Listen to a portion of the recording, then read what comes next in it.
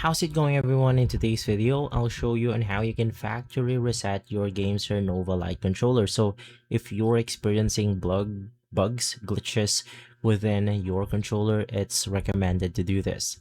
Now it's going to be extremely simple, but you want to go ahead and get yourself one of those SIM ejectors, or a needle can also go ahead and work. So normally your controller will look something like this.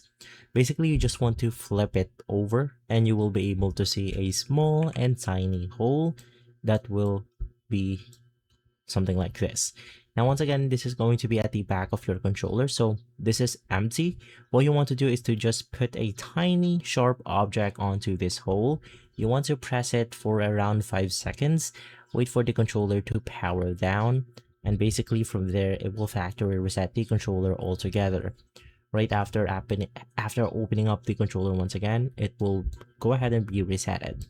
And so guys, if this video has been helpful, leave a like, subscribe, and follow us for more videos like this.